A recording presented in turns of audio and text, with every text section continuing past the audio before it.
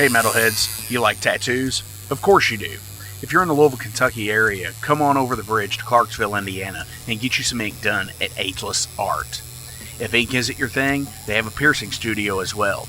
Visit agelessartclarksville.com to see some frequently asked questions, meet the staff. The shop is open Monday through Thursday, 12 to 8 p.m., Saturdays, 12 to 10 p.m., and Sundays, 12 to 6 p.m., all appointment-only spots. You can set up your appointments by phone at 812-283-1793 or email agelessarttatoosandpiercing@gmail.com and someone will get you set up for your first or your next tattoo or piercing.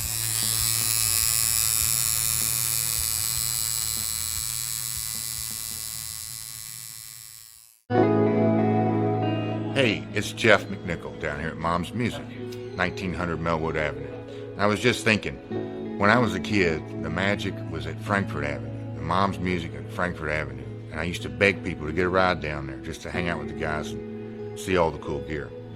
Now that I'm the owner of this store, it's like a dream come true. We're recreating the magic with the vibe that we used to have at the old store. We're carrying all the gear that you're going to possibly want. We're giving you the outstanding service and personal attention that you deserve.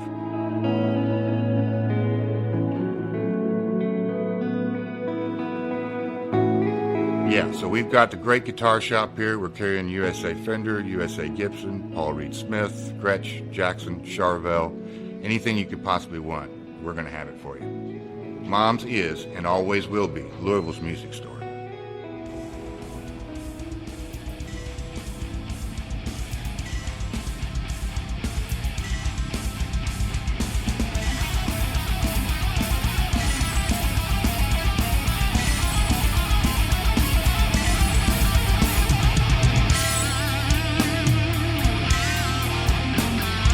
Thank you for tuning into the Metal Forge. I am Mark Jackson and I am your host. The premise of the show is pretty simple. Awesome interviews and awesome music. If you want to contact me, hit me up at metalforgeradio@gmail.com or visit the website metalforgeradio.com. And now, let's get this show on the road. What is going on, metalheads? Thank you all for tuning into this week's episode of the Metal Forge. How the hell are you? Wow, this week I have Mike Brewer from the awesome Doom, Death, however you want to classify them, band Kyarn from Central Appalachian, Kentucky. You know, cool stuff. Mike is such an awesome guy. He puts on a couple of festivals a year. This weekend, starting today, he is doing Holler of Doom, and it's all Doom bands out at the campgrounds at 420 Urban Road. So go check it out if you are in that area, because it is totally fucking rad and awesome. He also produces Mountains of Metal, and he does that a couple of times a year. My band Overload played back in May. It was super rad time, super fun, and he also tries to do a fall type festival in October for Mountains of Metal also. So if you're in the area, check it out. But before we talk to Mike, and before we talk to Athena, she's back this week, awesome, with her kind of a concert view type, concert calendar type thing, instead of an album review this week. But before we get into talking with her and Mike, my inbox blew the fuck up yesterday. And it's like, what do you think of this? And this is the idea that Rex Brown and Phil Anselmo are doing a, quote, reunion tour for Pantera. And it's like, to me, what do I think about that? Really? I don't know if you want to know. No, to me, it is one of the deals where it's just like, I don't buy that. Because Phil's been, a couple of years ago, has been doing this whole Pantera reinvented thing with the, quote, Illegals band, right? I saw him on the farewell tour for Slayer. I wasn't really impressed after, because I've seen Pantera. I got to see Pantera a couple of times before the end. And, like, it's just not the same. It's definitely not the same. You cannot do, and don't get me wrong, the players are amazing that's rumored to be in part of this with Zakk Wylde and Charlie Benante. it's great. The great players. I just don't know if it's a doable thing. I've always thought that there's those bands out there that you can't mimic, really. You know, you don't cover songs from certain bands, like the Beatles. You know, as much as I would like to, there's songs that you just don't cover certain bands. And getting together with Rex and Phil, I don't think they have the core there to do it. I mean, more power to them if it's something that, I mean, obviously Zach and Dime do play similar to each other. And Charlie is Benante is just a fucking phenomenal drummer in his own right. But I think it's the magic thing. It almost is like when Ozzy remastered, or when, I should say, when the albums were re-recorded / remastered with Mike Borden and Rob Trujillo, where they took off like the Bob Daisley and Lee Kerslake parts and stuff like that. It changed the albums, in my opinion. Yeah, the idea is still there. The songs, they played them, but like, it's just a feel factor for me. So, no bueno. I'm sorry. I know that probably lets a lot of you metalheads down, but no bueno for me. I'm glad that I got to see Pantera when I did, the few times, you know. And hey, I get it, you know. I get that it's, to me, it just seems like it's more of a cash thing on Phil's part and Rex's part at this point. And I hate that. I hate that it's a, should we dust off these songs and do it as what we can. And, man, I mean, come on, really. Write new stuff. You know, that's always my biggest thing, is like, write new stuff. Yeah, you can always do whatever, but I think, you know, doing new material is where it's at. I go to tours to see as much cool stuff as I can. You know, that's just me though. So let's go ahead. Let's other than that, you know, I really don't have much of anything. You know, I do want to say thank you for all the feedback that we've been getting. Thank you for the YouTube views. The show is coming back to YouTube. I've decided. I know there's a lot of people that just put on YouTube in the background. It doesn't have to necessarily, quote, be a video. But like, hey, hell yeah, absolutely. More power to it. Let's build this empire brick by absolute brick. Hell yeah. So let's go ahead. Let's check in with Athena for her concert calendar segment this week. Hell yeah. We'll be right back.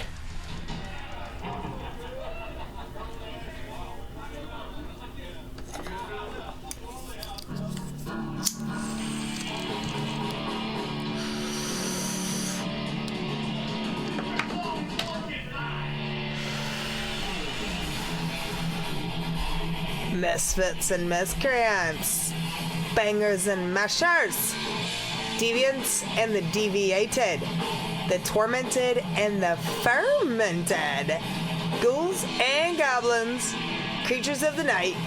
Jack those headphones, crank the volume up to max, spark it up and just relax. It's time for your deadly dose. Welcome to the next installment of Metal Mischief. On today's lineup, it's a very special lineup, actually. You know, sometimes I like to report back about shows and shit that I've been to. This time, I am going to be promoting a show that is coming up very soon. So, on today's lineup, we have Metal Fest 11. That's right, Chapter 11. Louisville, Kentucky, July 22nd through July 24th. Summertime, and the air is thick with the sounds of metal. Louisville, Kentucky has one of the best scenes for metal. I have personally lived in some cities with some extreme metal. Buffalo, home of Cannibal Corpse. Pittsburgh, home of most your amazing grind bands, if you're into like that crazy grindy shit like I am. But Louisville offers the most eclectic bundling of misfit metal to ever graze these ears. Everything from thrash, death, speed, funk metal, western cowboy metal. Yeah, I'm talking about you, Stagecoach Inferno. Various hardcore metal acts to dark wave synth black metal. It's completely across the spectrum. Trust me, you will never get bored of the Louisville metal scene. I mean, for example, wait. Before I get into this, DM Meyer, my sound tech and shit over here. Yeah.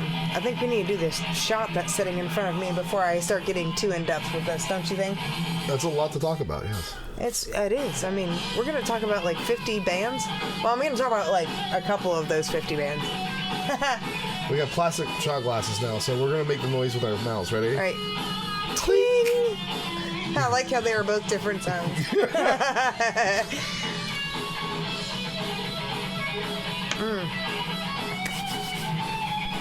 Okay. Whew. Had to go cheap because I'm fucking broke right now. Shit bites you back. It's alright though. It does the job. Anyway. It does. It's actually not that terrible. No. Okay, I digress once again. But getting back on track. Every Monday, there is a free metal show at the Highlands Tap Room, or as some of us locals like to call it, the Double Tap. I didn't know they called that.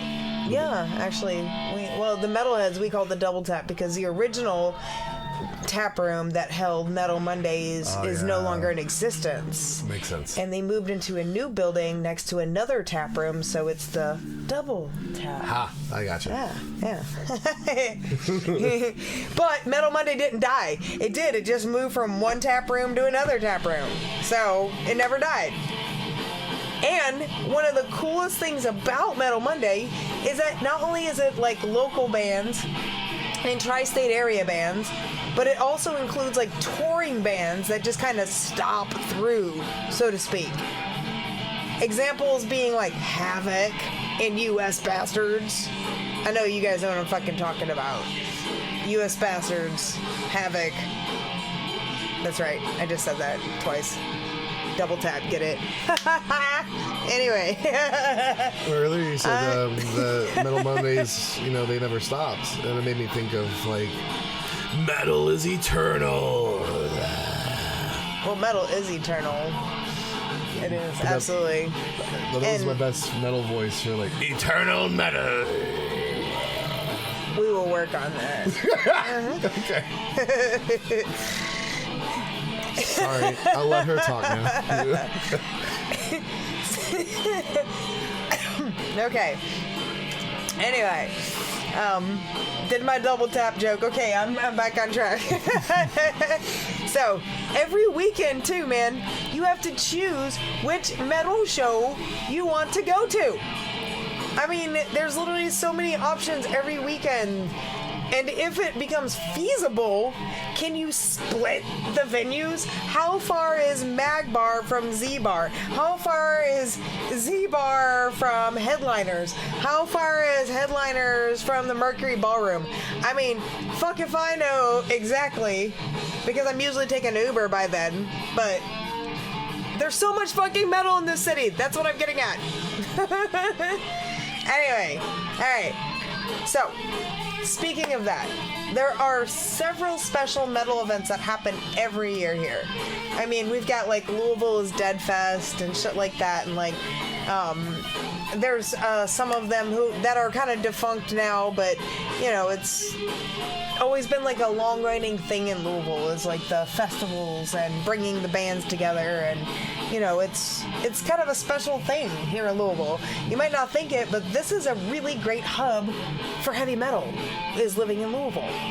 Obviously, there's Louder Than Life, which... No, we're not going there. I don't consider that the metal festival. Yeah, they don't do a good job. I'm not talking about that. I'm talking about like Fianna Fest and stuff like that.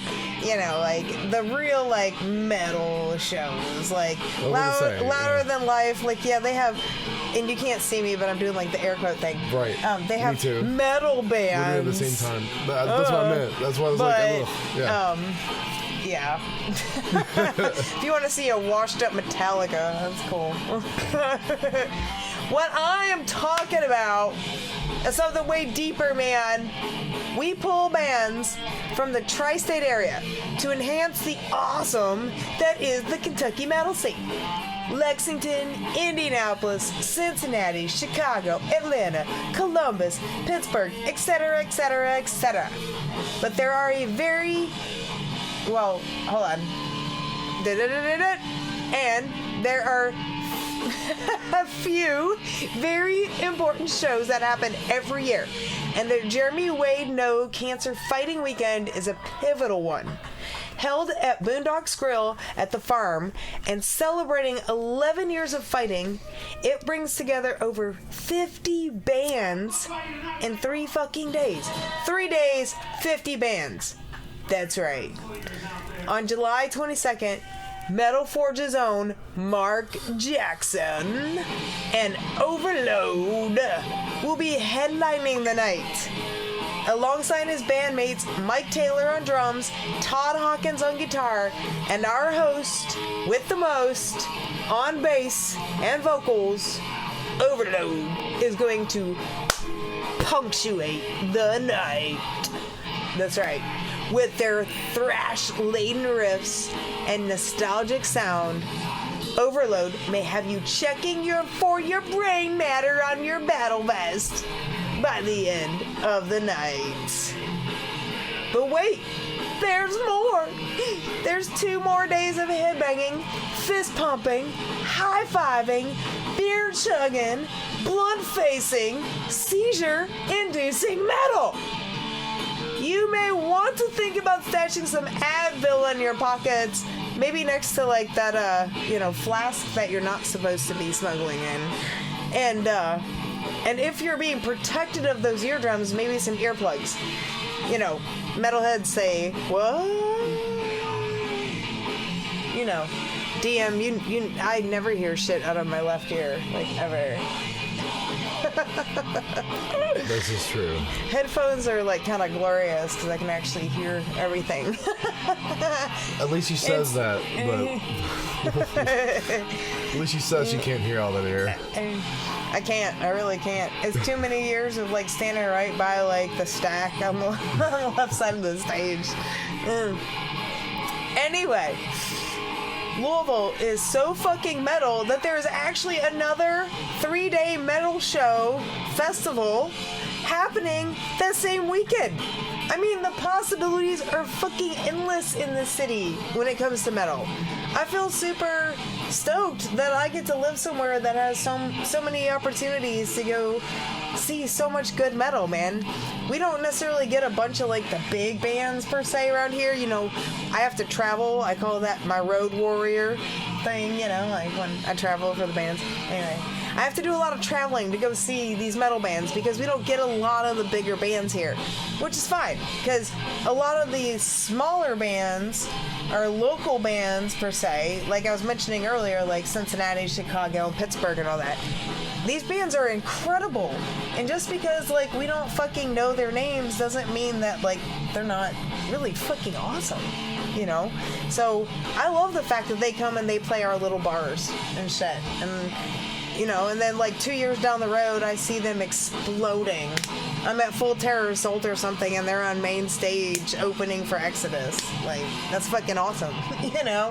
I was like, I saw those guys at a little fucking dive bar in fucking Louisville. But I digress once again. It's just so amazing how much opportunity we have for metal in this city, especially like, you know, when we have like these festivals and things. So, what, DM? No, nothing. I was just gonna say, obviously they don't explode the way that Guar explodes, from what I hear. Yeah, well, no, I've seen Guar in many of its several existences, and Guar will always be one of the bloodiest, most amazing shows you'll go to.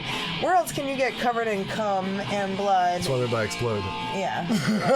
Well, and like they literally have had like people like quote unquote, again with the air quotes, explode on stage. No shit. Oh yeah, Princess Diana, like they had like a thing like explode out of her stomach once and shit, and you know, I mean, oh yeah, no, Guar ripped apart and desecrated and exploded many things on stage to just cover us and gore.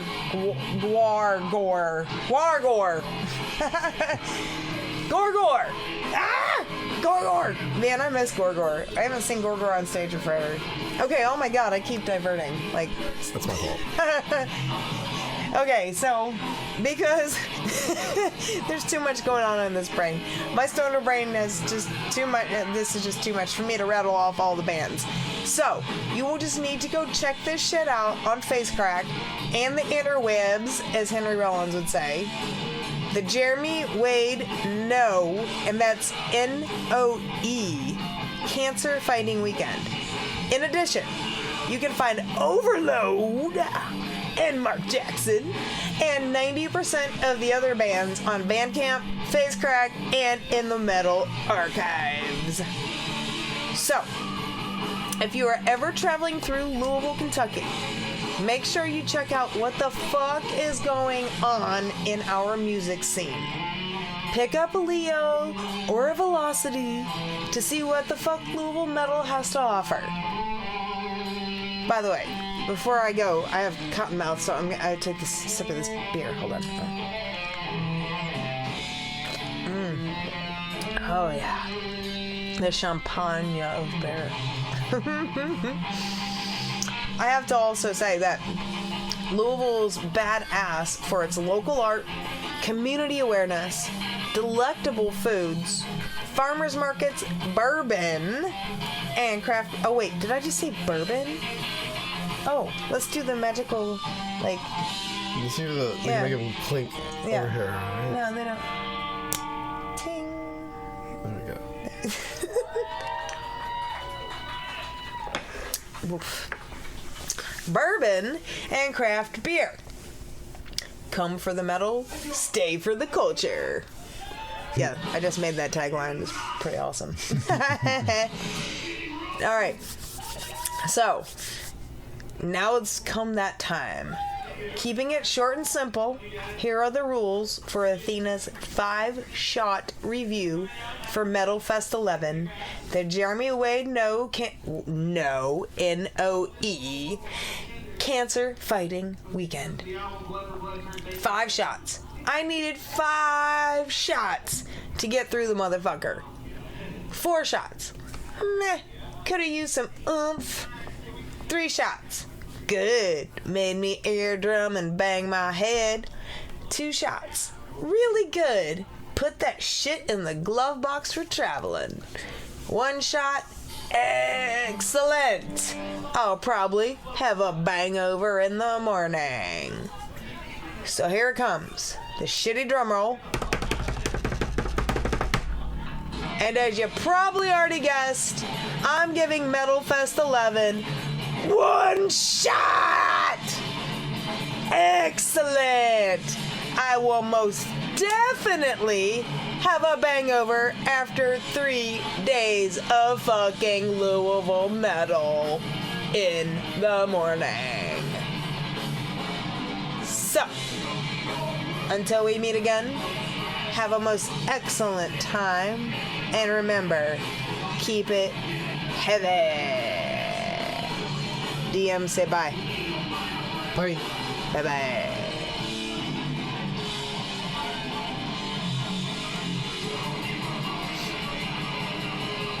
Cut!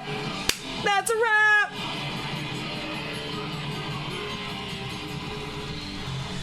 Awesome stuff. Looking forward to some of those. Of course, Metal Fest 11 I am playing. So if you're in the Shepherdsville, Kentucky area next week, come out and see us. We're playing Friday night. We're closing that night out. And just stick around for the weekend because it's awesome shit with like Blood of Angels, Grandshaw, Eulogy in Blood, E-Flat, all these awesome fucking bands coming to play this Jeremy Wade No Cancer Benefit. Every proceed goes to the Jimmy V Foundation, so on and so forth. Come check it out if you are there. Let's go ahead and get into this week's episode with Mike Brewer. This is from Kyarn. This is Seeker. Alright! This is a real shit!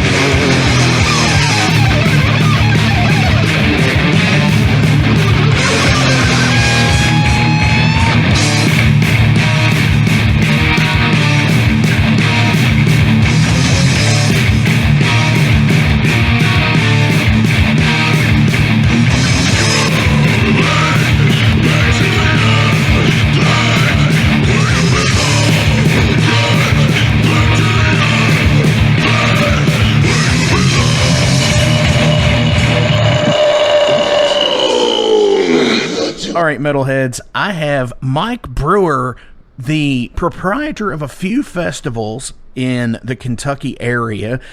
He's got Holler of Doom, which starts today. It's today and tomorrow. And he's got Mountains of Metal, which Overload, my band, played back in May. And he's also the singer in this awesome fucking, like, Doom band Kyarn. Dude, what is up? Hey, hello. How are you, Mark? Man, I am doing great. And of course we know, of course everybody knows out here that, you know, I say that it's like the day of when they know that I pre-record all these episodes and stuff. So Mike is actually on the way to Illinois right now. So if there's any cuts, you know, stuff like that going on, it's because he's hitting bad service areas. I live for two things, heavy metal and 70s Model 4 trucks. Dude, you didn't mention that it was a 70s model before we were talking. Hell yeah. Oh yeah. Yeah. Crew cab, 4-wheel drive, F-250. I don't want to reveal too much, but it could be the king of all trucks. Man, dude, see, like, I love older vehicles like that too. I like 50s and 60s and 70s era trucks for the most part. The 80s have some good models and stuff, but like for me, like I love like those rounder bodied cab trucks. Oh, absolutely. I'm under the firm belief that society really, peaked in '79. It's all been downhill ever since. Right, because you're at the Reagan years. You're coming up in the Reagan years at that, and yeah, we kind of did. 1980, shit hit the fan, and it was all bad ever since. Right. The only thing that got better was the metal. It's true. It's true. I love '70s metal, but they really took off with it in the '80s and so on and so forth. In the modern day, which is what it's at 2029 now. I don't even know. It's fucking in the future. It's something weird. I mean, now in the next few years, with all of the stuff from like Stranger Things, with like I'm a huge Metallica fan. Don't get me wrong, and I'm one of those guys that is like die hard the entire career. I like Saint Anger even, and I like Saint Anger. And see, that's so rare because there's so many people that are like, oh, it's garbage. Or you get the first 4 album guys and people, I should say. Like, to me, after Reload, it's like, where could you go but up? That's awesome. And, and see, I cheated because the first time I ever saw Saint Anger was when it was on the rehearsals DVD that came with the CD that had Rob Trujillo playing bass with them. Dude. So I didn't hear those songs, like the recorded versions. I heard them jamming them out in the practice space. And I was like, shit, yeah, this is awesome. That was a bad thing for me because I watched the DVD before listening to the CD because it was so unheard of to be like, wow, this CD came with a video, and that's really? when DVD had really taken off. And it's just like this thing, and it was still like moderately priced. It wasn't like ridiculously expensive. And like, I think my sister's boyfriend at the time, I think he like stole the CD, and it come with a DVD player, and it come with the DVD, and he didn't have a DVD player, so he's like, "Here, man, you can have this." It's like, "Oh, thanks, man." Wow. And I watched the video. I had a shitty 13-inch television VCR combo that I was able to plug my DVD player into, and it was it's like mono, right? It's like garbage. Yeah. And I watched that DVD on that, and I was like, oh man, this is like, what? This is awful. And then I listened to the actual album, and I was like, it's not so bad.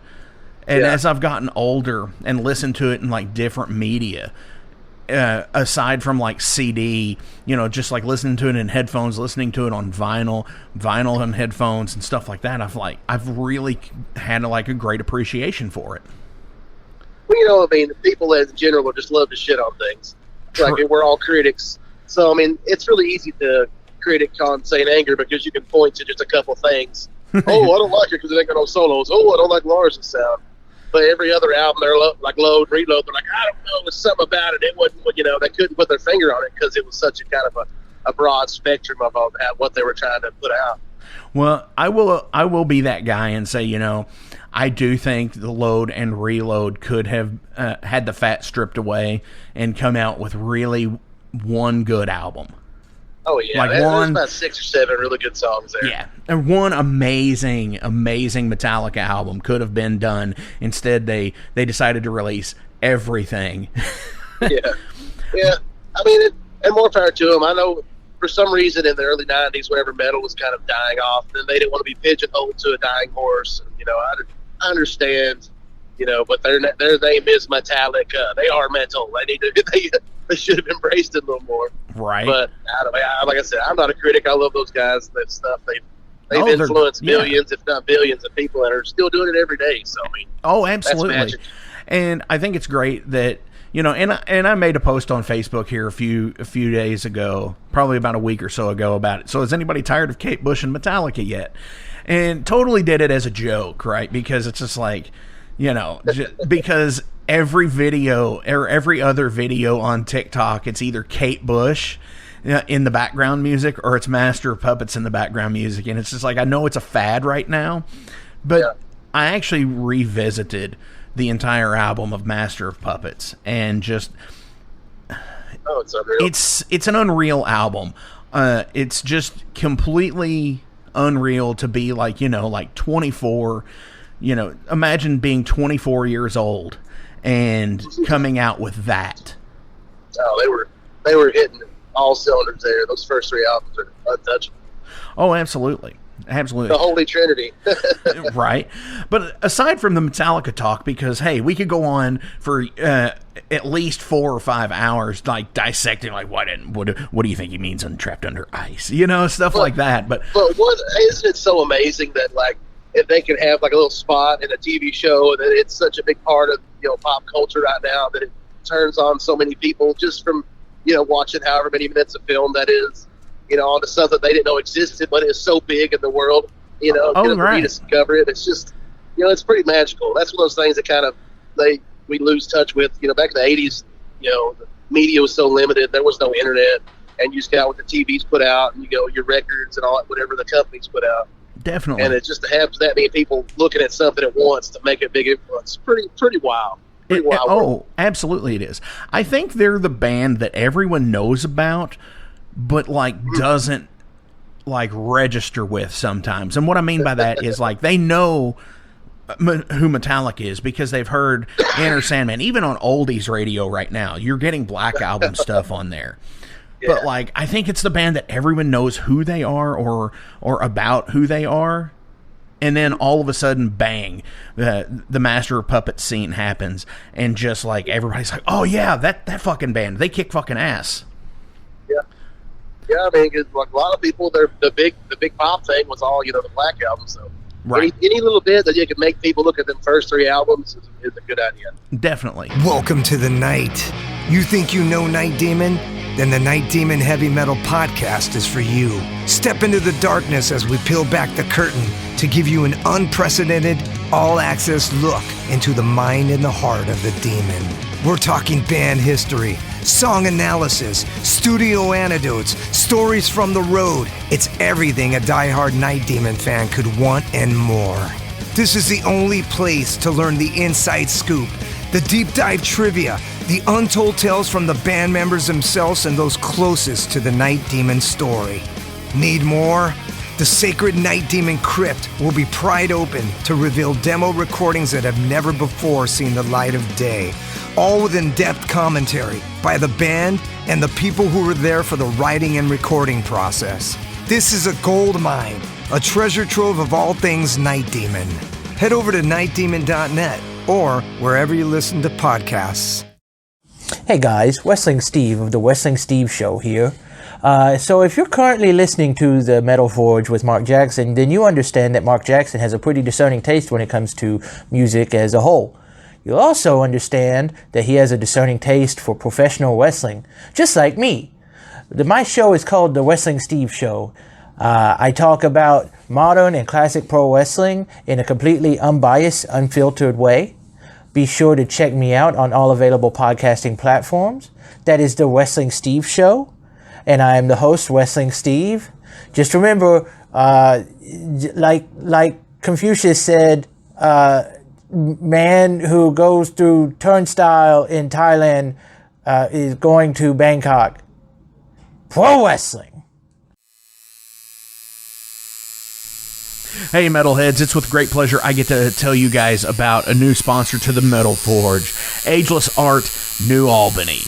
After 20 years of owning and operating Ageless Art in Clarksville, Indiana, Phil Garrett had a vision for a new type of tattoo studio. Something that is clean and modern, sleek, refined, inviting. And he's done just that with Ageless Art in New Albany. You can find it at 2736 Charlestown Road, New Albany, Indiana, 47150. Business hours are Monday through Saturday, 11 a.m. to 7 p.m. Sundays are 12 to 6. All sessions are appointment only, so give them a call and go get you some new ink. Or if it's your first time, go get your first one, baby. So, as I was going to say a second ago, we could go on for like hours discussing Metallica stuff and everything, but we're here to talk about Kyarn and the festivals that you put on. Yes, my wheelhouse. Coming to my wheelhouse. Yes. You know, I'm that guy that's like, that's one of those sayings that one of those cliches that I really don't like. You know, well, I'm right in my wheelhouse. What the fuck is a wheelhouse? You know, this is my house where I own the wheel and I control everything. The wheel is mine. The wheeler dealer. So, tell everybody out in Metal Forge land about Kyarn.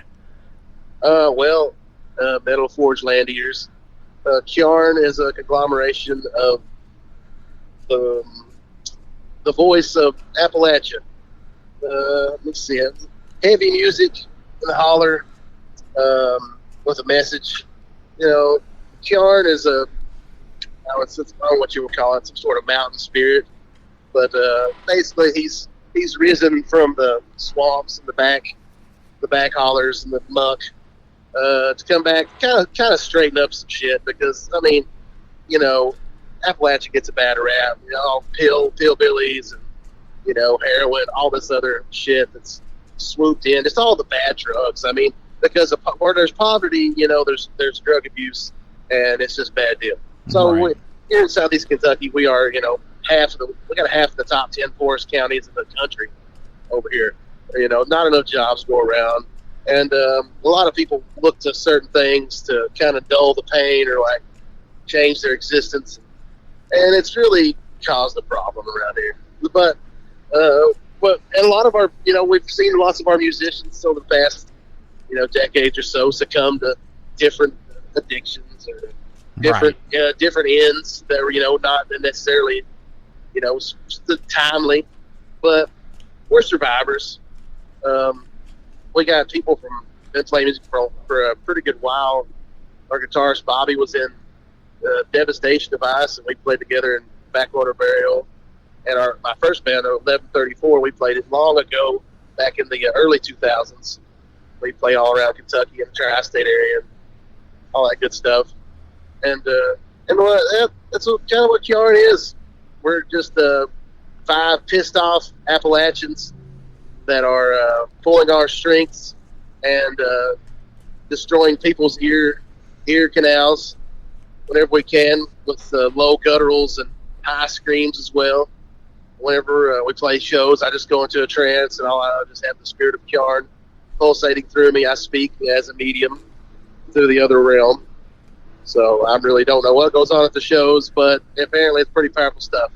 It is, and you know, I've had the pleasure of seeing you all a couple of times now, and you're otherworldly on stage almost. Like you have a huge commanding presence on stage. Honestly, I think there is something about your delivery and the way you talk to a crowd of people, and it like totally stands out, and it's awesome because it's like when I'm there, I am totally in tune and watching like everything that's going on with you guys. Hell yeah. Hell yeah. We do well. I mean, it's one of them things. I get the greatest feeling in the world. I'm up there because every bit of it, I can give every bit of what I have, and everybody else gives their all. We just leave it all on the stage and just rock out to our utmost. Right, Scream, which I think is what everybody jump should do. around, all that good stuff. Do what's that, sir? Which is what everybody I think should do, because you know, I saw an interview one time, and I can't remember who it was, but it was somebody saying that, you know, when your feet touch that stage, that you better be up there and you leave it up there and you tell the truth while you're there, because the people who are watching you know if you're not honest with them, and then they're going to completely walk the fuck away. Which 100% genuine is what you have to be. Yeah, absolutely. And, you know, you have to have some sort of disposition that makes you want to get up there and say I have something to say. You know, I'm pissed off about a lot of things, and I think you should be too. And this is what we're going to sing about. Definitely. I agree 100% with that. So and we just go up there in our clothes. You know, we don't put on stage clothes, and we're just kind of raw, kind of salt of the earth. It's like, you know, we're not trying to dazzle people or, you know, like, look, this guy don't look like a rock star. He's just up there. Oh my God! But he sounds like one, and he plays like one. We're melting faces. These poor people. I mean, their faces. They've been mopping up faces all over the Midwest. Well, from all the face melt. Definitely, and I think there's definitely that breakdown in music that's that way, where you have the bands that are playing, you know, the music that where they do have to sit there and to look like the quote rock star, where they you know, they wear the cut off sleeves, and it's just because, you know, they would be wearing fucking khakis if not you know, in their daytime it all life. has its place, and I love it whenever people up there can pull it off. But when I get up there and see, because I headbang, my head is about to fly off every time I'm up there. Yeah, it is. So if I wear spikes, my hair's getting tugged around them spikes. I'm ripping my hair out. It's just, dude, that's hardcore. I've got a few people who I've got some people I'm just fist pumping and head banging. Dude, I've got some people who make that stuff. I'm gonna get some for you. We just love to, you know, it's really a miracle to get 5 people together on the same page and on the same channel producing those crazy vibrations that we produce. It's magic. Definitely. So I do want to bring up and mention here that, you know, Central Kentucky has a pretty big doom movement. Yeah, there's pretty good doomers there. I guess you call, I don't know what you call Kyarn. Some people call it death, kind of thrash elements. Some doom. I can see some doom. But Storm Choker, those guys are awesome. Oh yeah. There's a few other doom bands I've heard around, but those guys are definitely my favorite. Those people, I invited them down to the very first Mountains of Metal long ago, probably 5 years now, or about 4, and then they had such a good time, and we had such a good friendship. They decided, well, let's throw a festival together. Like, hell yeah, let's do it. So that's what we have. If people are listening to this as soon as it gets released, then I'll be in the Holler of Doom, basking in all the gloriousness of metal that is the celebration that we put it together. Definitely. So tell me about what is Holler of Doom? Well, let me see here. Well, I guess the best way to start would be from the beginning. When I was born, yes, July 22nd, 1985. But this will be a week before my birthday. I'll be an old man now. Anyway, get all that stuff out. But the reason that I started putting on festivals and I built a stage in the middle of nowhere is because growing up in southeastern Kentucky, when you're in the Bible Belt, nobody will give you a stage or a place to do your art. Nobody. Right. In any place that you do have, any venue that you can rent out, somebody's going to mess it up and they're going to find any excuse not to rent it out anymore. So growing up and playing the music that we all love to play and hear, you know, heavy metal and just heavy music in general, there was no stage for us. So working through all that, and like I was saying, that when you do not give an artist a place to do their art or a place to grow and find other artists, then like they say, idle hands, devil's playground, in the non-good sense of, you know, addiction and all the bad things, that poor decisions in life that we have because we've not got a place to be creative and enjoy, you know, what we do. So that's why I decided to go ahead and build a stage out here. I got together with my cousin, and it's right in the middle of 50 acres. We got 8 acres down in the bottom there. We built a stage. We have a covered pavilion. It is just a great place where all of us freaks to get together and, you know, fly our freak flag and to find like-minded metalheads, individuals, you know, to just come and celebrate. Because, I mean, that's what makes the whole event is the people that participate in it. And I think there's going to be 19 bands this time. Your last festival, we had 20 bands. All of them were from Kentucky. That's what I do with Mountains of Metal, just all Kentucky bands from all over, the best I can get. That's why we got Overload last time. They put on a hell of a show. That's still echoes ringing in the holler about that. Thrash legends, Kentucky thrash legends. Oh, come on now. Come on now. They are. They love it. But yeah, Holler of Doom is a joint production between, you know, Mountains of Metal, which is myself, and the Storm Choker. And they handpick all the bands, which they're friends and acquaintances they've met out on the roads. We have Caustic Casanova coming in, the Book of Worms, Wind Rider. All these are from out of the state, like Maryland, North Carolina, maybe Tennessee. But it originally started as just a doom metal fest. It's mainly themed around doom, but and lots of extemporaneous acts that cover a wide array, of art, heavy tunes and whatnot. Right. But we have artists and vendors and just stuff, fun stuff for people to do. Definitely. And that was honestly one of my most favorite moments of Mountains of Metal, was taking the walk down by the creek, and just everybody's tents were set out, and you had like Peril hot sauce out there, and like everybody else's stuff, and obviously the food trucks, because I'm a big dude, and I like the food truck thing. But like walking down the creek line, and everybody's tent is set up, and it's just like, hey man, what's going on? It's been a while since I saw you, and it's like, how have you been? Type shit. It's like everything is cool, and it's such a great atmosphere.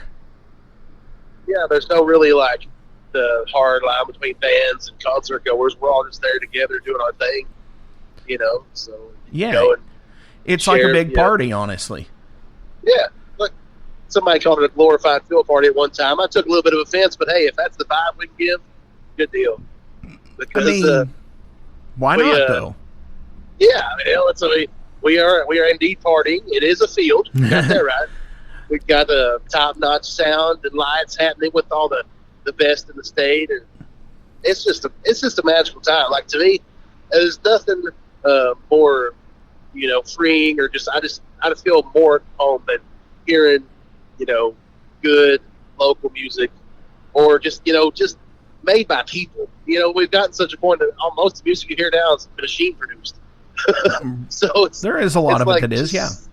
Just seeing people doing their thing and just being in it. And, we like to get down late in the night. I think Kyarn set to go on at midnight on Friday. Nice. So we like to get down late in the night time, get a little wacky, stay up late. Look at the stars and whatnot. Hell yeah! So tell everybody out where it's at and who all's performing this weekend. Let's see here. Well, we are outside of London, Kentucky, about 8 or 10 miles. The address is 420 Urban Road, London, Kentucky. That's the real address, I swear. It is. It is the real address. And GPS, with this being in what I call middle of fuck all Kentucky, yeah, the GPS does actually work. AT&T has good service, but Verizon doesn't have good service, but AT&T does. Yeah, so we're gonna have some delicious sausages down there, or our Hibbard's concessions that are our good friends. They come in, give us all the delicious grilled meats. They had pork chops last time, the size of my head. Dude, those pork chops are great. Oh, God, so good. But all sorts of bands. I don't have a complete list in front of me, but like I said, Caustic Casanova. I think they're the ones traveling the farthest. They're from Maryland. Book of Worms, maybe from around there somewhere as well. Wind Riders from Johnson City, Tennessee. They'll be playing on Friday night late before us. And Bud, which is a great kind of just a metal, what you want to call them, not hardcore, but kind of just metal band out of Corbin. My friend Zach Hensley, he's a good man. He does a lot for the scene down there. He's the singer for Bud, and he also owns the White Rabbit record shop in Corbin. And they're actually having a show, this past weekend. Goalkeeper, I don't know. Anyway, he does a lot for the scene. He's a good dude, and if you're ever in Corbin, you should check him out. Definitely. Actually, you know what? I'm thinking about going to Corbin later this year to watch Judas Priest. No, you should. You should totally do it. There's a pinball arcade museum, and it's a good time. Nice. A pinball museum. Yeah, Priest is coming in November. Yeah, it's like the week before or the week of Thanksgiving or something like that, which will actually be the week of the 200th episode of the Metal Forge here, which is awesome. Well, you should get a hold of Rob Halford. Hey, for the 200th episode, I bet he would. He's pretty cool. So I've been told, and yeah, let's try that. So hell yeah, if you're in the Central Kentucky area, 420 Urban Road this week, tonight and tomorrow is the Holler of Doom. So please go out, have fun, do what you do out there. And, just support these awesome fucking bands that are playing this music because it kicks fucking ass. Yeah, I think Jen Marie and Blackwater Station, they out there killing it.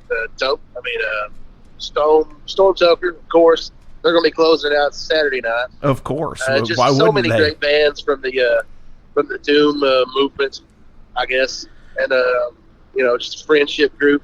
And that to me, that's what it is. It's it's all about. They try their best to separate us out in the world and divide us and make us hate each other.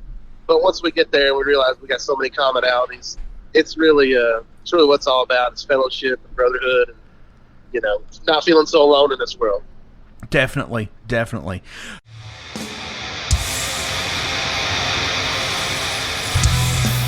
Hey everybody, let me tell you about the new sponsor to the Metal Forge, Unchained Tapes. They're an independent Pennsylvania tape label.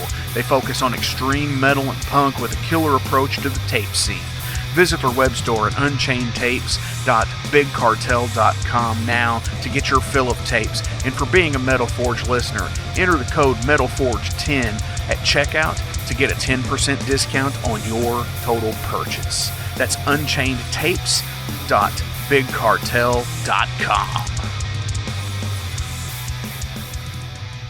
Hey, it's Mark Maxwell at Maxwell's House of Music. Listen, all this stuff is now available to purchase on our website. Check it out at maxwellshouseofmusic.com. We carry all the top brands, like Fender. We got Gibson. We also have basses. We've got ukuleles. We got drums. We've got sound gear. We've got keyboards.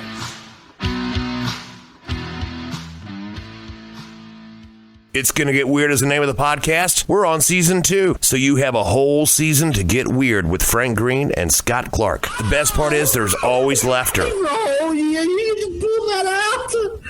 We have national touring comedians, NFL stars, rock stars, your local friends. It always gets weird.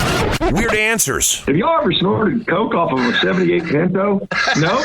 You ain't no man. Weird questions. Who had a bigger cocaine habit, Jock Sutherland or Kaywood Ledford? Neither one, because they stopped beating their wives. And weird we never even thought of. Well, no. My friend is on acid, and I sent my friend to go find a payphone so that I can call and turn myself in for murdering this guy and ruin my life. We love all types of people, but we don't love all people. Weird. It's Gonna Get Weird is the name of the podcast, available everywhere. And thank you to Big X Sports Radio for being a proud sponsor of It's Gonna Get Weird. Frank Green, Scott Clark. Yeah. So I'm going to go ahead and switch over to some general profile questions about Metal Mike here, These are all about you, and, hey, they could be music related, they could be life related. It's just however you want to interpret. Cool. All right. First question. What was the thing that you begged your parents for as a kid, and they finally gave it to you? Oh, we'll say a BB gun. Yes. I wanted one so bad. I was like, oh, this BB gun. They're like, oh, no. They could see all sorts of broken windows in the future and all this shit. And I begged and pleaded. I finally got one. Yeah? I bet it was your dad that gave it to you, right? Do what? Was it your dad that gave it to you? Like, against mom's wishes kind of shit? No, Dad wasn't around at that point in time. My dad was a truck driver back in the days. He was all over the place. Also on the run from the FBI for most Holy shit. My young days. Oh, yeah, there we go. We're deep into metal here. But, yeah, he went to federal penitentiary when I was about 7 or 8, got out when I was 11. Wow. So my dad was a wild man. Sounds like it. It's not where you get it from, I hope. Yeah, but I'm trying to channel it in the good ways. Definitely. But it was a different time. That's all I could say. It was a wild time. Yeah, my dad was always notorious, so I could say if he could find a loophole or a way around something, he'd do it. Right? That's awesome. Yeah, he's But yeah, so I think the BB gun probably, maybe so. Hell yeah. This next question is a little bit of a thing because obviously it changes as time goes by. But what does your typical Friday night look like? Oh, Friday night me. Well, Oh, well, I have 2 kids, 2 lovely children, 10 and 4, boy and a girl. They're awesome, Odin and Mabel. So if everything's going good, I'm usually hanging out with them on a Friday evening. But if things are going different, if there's a festival or something, then I'll be usually right there at the gates at the Mountain View Farm, letting people in and welcoming them then to the big heavy metal party that they wish they could have went to all their lives, and they're finally here. So I just that's on a good Friday. Lots of records. I listen to records. I'm 70s metal is my thing, so I usually jamming up some old Thin Lizzy tunes or Dust or Moxie or any of those assorted Budgie. God, I think I've worn my Budgie records out. Nice. Just all that old 70s stuff. It never gets old for me. Led Zeppelin rules. That's funny because I just saw a meme where it sat there and said, something about today's music. Just remember that Led Zeppelin had a fireplace in their plane. And it was just like, fun fact is the plane that belonged to Led Zeppelin, and here we are with the snake eating its tail kind of thing, was purchased by Metallica. Yeah. So the plane that they flew for the Black Album tour was the same plane that Led Zeppelin used. I wonder if they kept the fireplace. Right? I don't know. I want to do the research on it and find it out for sure. Like, leave it in. Just leave it in. Now, back on the Friday night thing, I want to ask about. So, like, when I grew up as a kid, Friday night, we had like, TGIF and stuff like that. The Friday lineup, like Hanging with Mr. Cooper and all that shit, right? And yeah, I remember those. Boy Meets World. TGIF. Yeah. And like, so it was a different time period. And then, of course, as you get older, Friday night usually means going to the bar and drinking with your friends and stuff like that when you're in your 20s. So with your kids, are you all doing like the TGIF Friday kind of stuff also? For your thing? They listen to records. When the kids come to my house, I kind of keep it old school. I don't have any Wi-Fi. I don't. I try to keep. I don't watch TV. I've not had a TV in probably a decade or so. Nice. Just because it's so fucking depressing out there. My God. Like I said, they're always trying to divide us up, put us at war with each other, blame each other for this. We all know who's to blame. We all know it's the fucking rich bastards at the top trying to pit us against each other so we don't focus on them and eat the rich. I mean, we all know it's right. If we don't all know, we should all know, because they blatantly, obviously pull the wool over our eyes, day in and day out. Definitely. And, that's a great, no, honestly, I mean, I think that's why I don't watch the news, is because it's such a, such a thing where, I don't know, it's that blinding aspect of it. There's no such thing as impartial news anymore. It's all corporation based, and that's fucking garbage. Exactly. They're all owned by billionaires with agendas. Right. And their agenda is definitely not for you to smarten up and have a more productive and fruitful life, that's for sure. Definitely. But for Fridays when I was a kid, you made me think about it. Whenever I was a kid and it was Friday, our routine was go to the movie rental place, which is Movie Warehouse or Blockbuster or Video Link, whatever it was. I lived all over Kentucky growing up, but I'd rent wrestling video. No, old school wrestling tapes. So that's where a lot of, I think, my persona and my intensity and my verbiage and my speaking skills, I think a lot of that came from those 80s wrestlers, that were so good on the mic, the Roddy Pipers, the Road Warriors, all that good stuff. Dude, you're speaking my language right now, because I can remember like the first time I went and rented like WrestleMania 4. And Plaza. Yeah, the plaza there, and 5 was there too, but like just like the one-day tournament for the championship, and it came down to DiBiase and Randy Savage in the finals, and Savage wins. It was such a great show that, like, You know, the Piper's Pit episode with Morton Downey, and where he's just like, I ask you not to blow the smoke in my face, you know, and it's and he just lights him up with the fucking fire extinguisher. Yeah. So I totally did that as well. Roddy Piper, man. Them old talkers, those guys can talk you right in the seats. Oh, for sure. You know, Piper, I still miss Piper. That one still hurts. Oh, for sure. Yeah, he's a legend. I mean, he had one of the, could anybody have played the role of, John Nada any better than They Live? Oh. I mean, my God, what a classic. I mean, it's like, I know there's a lot of, art that imitates life, but to me, that movie They Live really opened up so many possibilities and realizations I really didn't think of at the time. Oh, for sure. Yeah, and I mean, there's still scenes of it today that like are kind of like ring true to today still. Oh yeah, I mean, it's all the ads, everything is kind of. There's always an agenda, a hidden agenda, underlying theme.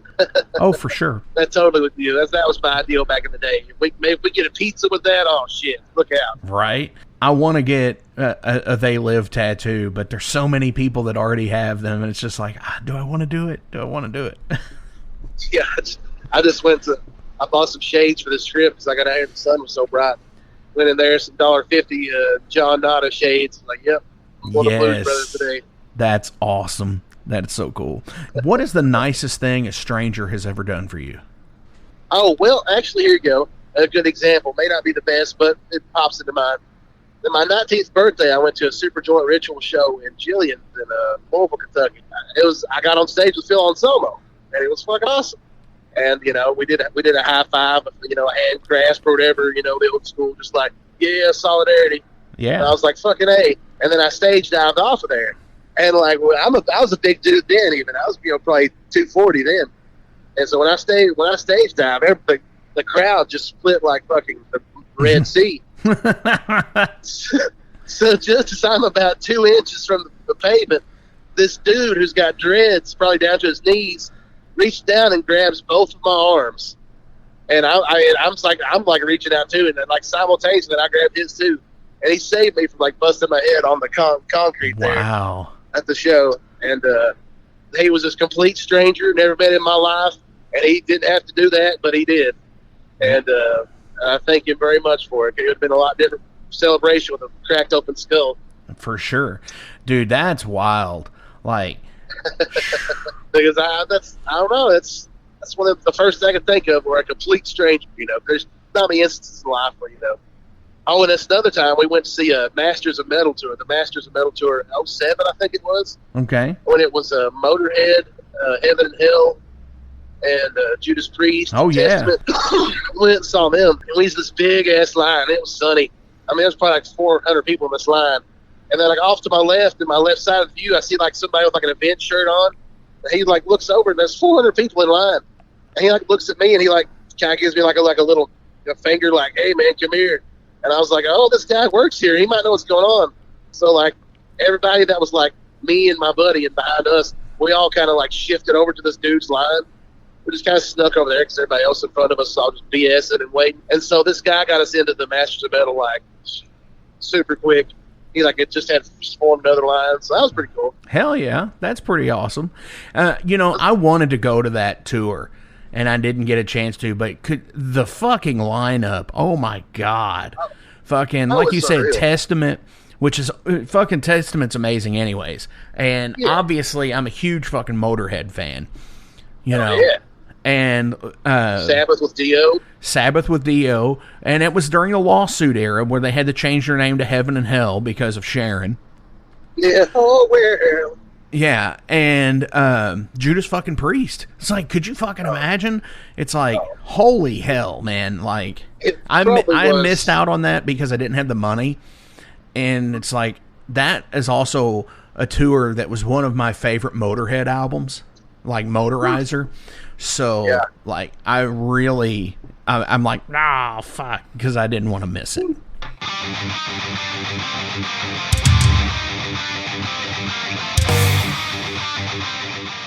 Hey, let me tell you guys about Mercenary Press. They're an independent London label and distributor of all things metal. Mercenary Press delivers the goods from their own independent zine. Trust me, you're going to want to get in on that. To distributing various bands from all over the world, including Cramp from Spain and Sadistic Force from Texas. Visit mercenarypress.bigcartel.com to find out what all they have in stock and what you can order. And for Metal Forge listeners, enter code METALFORGE to receive a discount on your total purchase at mercenarypress.bigcartel.com. Check it out now.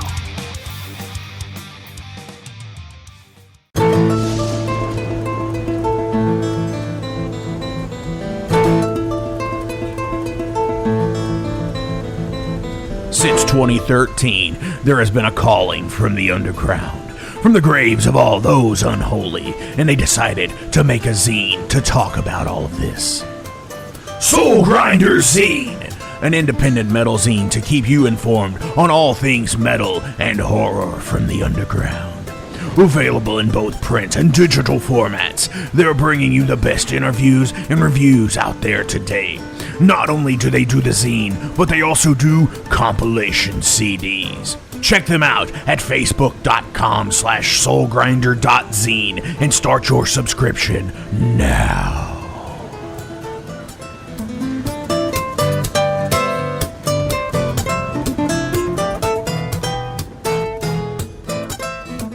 So, I have one more question, but before we get into it, links will be listed below, so please give a like, a share, and a follow. Go check out the pages for Kyarn, Mountains of Metal, and Holler of Doom festivals.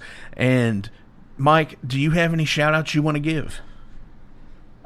Shout-outs. Yes, I'd like to give a shout-out to Mark Jackson. Oh, for keeping it real up there in Louisville and keeping the scene alive and giving your all on stage and just being because I don't know anything better to do. Well, I mean, somebody's got to get up there and show these people that it can be done. Right. And it can be done well. If an uncoordinated fat guy like myself can do it, you can too. Exactly. That's why I go up in there. I'm uncoordinated. I'm large. Flowing clothes most of the time. Large mammal. But yeah, and I'm just chat. I mean, there's people. Yeah, Nate McDaniel from Home. Oh yeah. His wife Jen. They're classy people. They got married down at their farm, down there at the venue. David Langley, he's bassist for Stormtoker. I love all those guys. All the people that come out to the shows, man. That's what we do it for. We need a little bit of. We'll do all the rest. Just with people to play for. Hell yeah, absolutely. And, I started doing festivals and stuff down there because we didn't have a stage and a voice, and so every festival that I do, I see more and more local bands popping up, and more of a scene happening. So that just makes me happy. That's what life's all about. We're trying to perpetuate, the life that we love to live, and we don't love to live this 90-hour-a-week horseshit corporate dream they're trying to shove down our throats. No. We like to be free. We like to get out in the nature, and we like to see live music, wild people, all that good stuff. Fucking right. Absolutely. Oh, what a thrill. I have to say, what a thrill it was to come up there and play with Solicitor and Soulgrinder. Oh, my God, I've not been able to quit jamming those guys ever since. Oh, absolutely. I love both of those bands. I mean, awesome people. And for the people who are asking, because there are a few of you, Solicitor will be having an episode here soon. We're going to wait for them to get off tour, and we're going to have Amy on the show. So, hell yeah. Oh, she's awesome. I got a video of her. We was talking about just inspirations and, old school metal to listen to. And she's turned me on to all sorts of stuff. I've turned her on to a few different classic, good album finds. Everybody needs to listen to more Budgie. And listen to the sounds they get out of three people. Oh, for sure, yeah. I mean, you get that sort of feeling and intensity.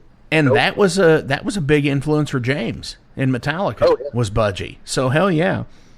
I mean, to me, he's right there with Tony Iommi. I mean, Tony Board from nobody's on the same level as Tony, but like he has the same kind of feel occasionally of just like getting in there. I don't know, being being the vibe that is heavy metal. Definitely. I agree with that.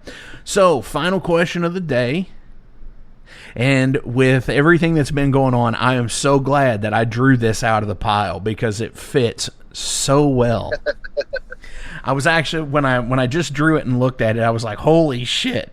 It's like fate or something. If you, Mike Brewer, could bankrupt one person or company, who would it be? That is so good. Oh, bankrupt one person. Who would it be? One person or company. Probably. Well, you know, Mark, I just have to put them all in a room and see what happens. No, I'd be all right. There's so many that have such a negative influence. I'd have to do a little research to see exactly who needed bankrupted the worst. Definitely. Because whoever's trying to divide us up the most and make the most profit off of us and paying their workers the least, they need it. For sure. They're the ones that need to get brought low. Yeah, they need to go back to nothing. Because I wield a weapon that's timeless. You know, kings and emperors, they've all laid waste to the voice of man. So, you know, if just find me the right one, by God, I'll take them down. Right? I say we just start at the top and just start taking off toes and see exactly how long it takes to get our billions back. Right. I mean, is that too wrong? Well, hang. Nice, and I love how you circled back to Anvil here. So it's so great. Oh yeah, that's all a conversation is, just music lyrics. Right. For sure. I love Anvil. I'm so glad you got to play with them. Dude, I am too. Super rad people. Like, you know, Lips was on the show a while back, back in March of 2021. He was a super rad guy to talk to, and to finally get to meet him and Rob and Chris in person. So awesome. I mean, Rob and Chris and I stood outside Z Bar, and it was like 95 degrees at night. And we were just sitting there bullshitting, talking U.S. politics of all things, because Rob and Chris and for definitely those two definitely have their finger on the pulse for a lot of stuff. So, and you know, I love I got 3 or 4 of the albums, but they were just so revolutionary. And you know, there's the same vibration that crosses genres, that crosses time. And it's that excited vibration. You know, they call it thrash metal, it's rock and roll, they'd call it, you know, jazz, whatever it is. But it's that vibration at everybody's core that when you hear it, you're like, oh, yeah, I like that shit. Definitely. Yeah. And they got that stuff, you know. And there's like certain bands that are little stepping stones in the evolution of rock and roll and heavy metal. And those guys definitely have their unique, you know, niche as being right there at the very beginning of thrash. And, you know, carrying the torch from the arena rock and the Led Zeppelins, from the new wave of British heavy metal, you know. Oh, for and sure. April Wine is known with them bands, Canadian. I love Canadian bands, dude. They're so good. Rush, Moxie, so many good ones from north of the border. Oh, for sure. Mike, thank you so much for coming on to the Metal Forge this week. Art, thanks for having me, buddy. I look forward to seeing you again and hearing from you.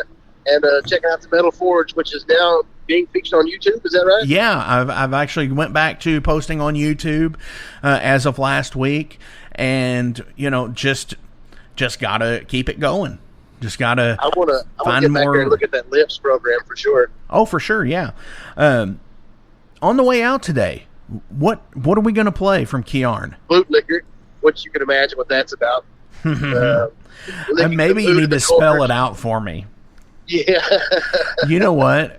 And honestly, I think I'm going to go ahead and say this. You know, that would be a perfect way with the way things have been for the last month, for sure. That would be a perfect song to end with today. All right, metalheads, you heard him. This is from Kyarn. This is Bootlicker.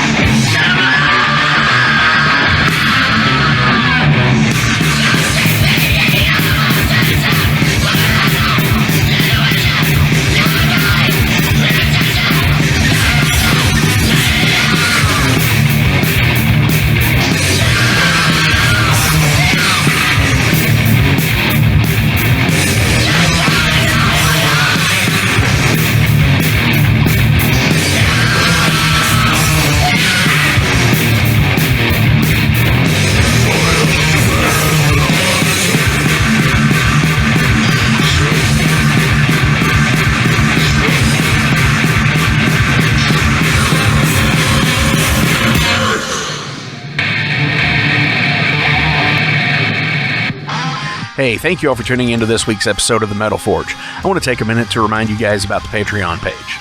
Over on the Patreon page, we have the tiers set up to support the production of the show.